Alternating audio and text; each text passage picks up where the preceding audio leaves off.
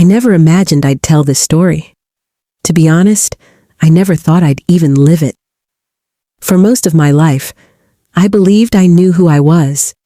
The kind of woman who played by the rules, who understood right from wrong, who thought some lines were simply never meant to be crossed. But life has a way of testing what you think you know.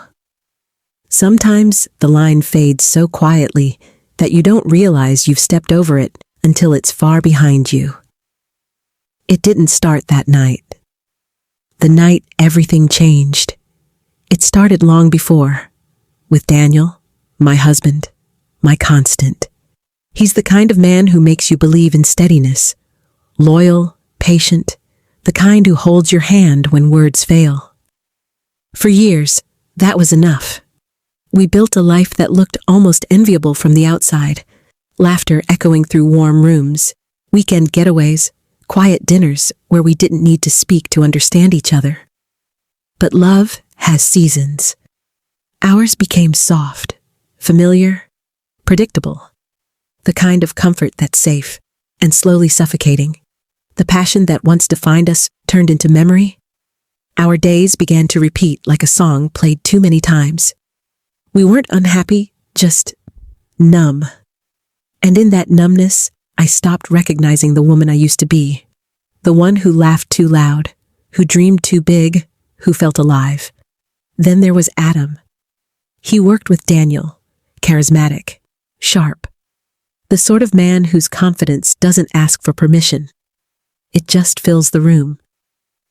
From the moment we met, something inside me stirred, something I didn't want to name. His eyes lingered a little too long when he spoke, as if he saw something I had forgotten existed. At first, it was nothing. Polite smiles, casual conversations, an unspoken energy that felt easy to dismiss. But slowly, that current deepened. Every look seemed to carry a question neither of us dared to ask. Every silence felt heavier, charged.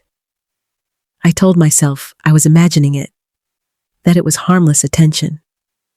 But deep down, I wasn't drawn to him. I was drawn to myself when I was with him, to the part of me that still felt wanted, seen, alive. When Daniel left for a short business trip, I didn't think much of it until Adam messaged me that first evening. Just a simple invitation, innocent words carrying dangerous weight. I stared at my phone for a long time. I knew exactly what saying yes would mean, and yet, I didn't say no. That night is a blur I remember too vividly. It wasn't about the physical act.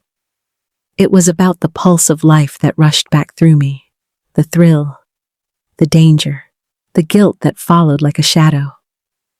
When it was over, I told myself it was a mistake, a single, meaningless moment. But that was a lie, because some moments don't fade. They root themselves beneath your skin. I carried that secret for years. Daniel never knew. Our lives went on, almost untouched. Dinners, laughter, lazy Sunday mornings. But something in me had shifted forever. I would lie awake beside him, watching his steady breathing, and feel love and shame wage a quiet war inside me. I still loved him, maybe more than ever. But part of me longed for that spark, the proof that I was still alive. For months, I tried to find the courage to tell him, to confess not what I had done, but what I had lost. How do you tell someone that love alone no longer fills the emptiness inside you? That you want more? Not because they're not enough, but because you aren't? One night, after too much wine and too many thoughts, I finally tried. Daniel was watching a documentary, barely paying attention as I curled beside him and whispered, "Maybe we've forgotten how to find each other." His expression changed instantly, confusion, then hurt. "You're not happy?" he asked. "I am," I said. "I love you. I just miss us." The silence that followed was brutal. For weeks, he spoke little, moving through the house like a ghost of himself. I thought I'd broken something that couldn't be fixed. Then, one evening, he came home late. He sat beside me, eyes heavy but gentle. "I've been reading," he said quietly, "about how to make things better. I want to try."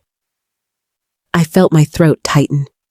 He didn't know the whole truth, but he still chose to fight for us. For me. And in that moment, I understood something I hadn't before. Love isn't about perfection or passion that never fades.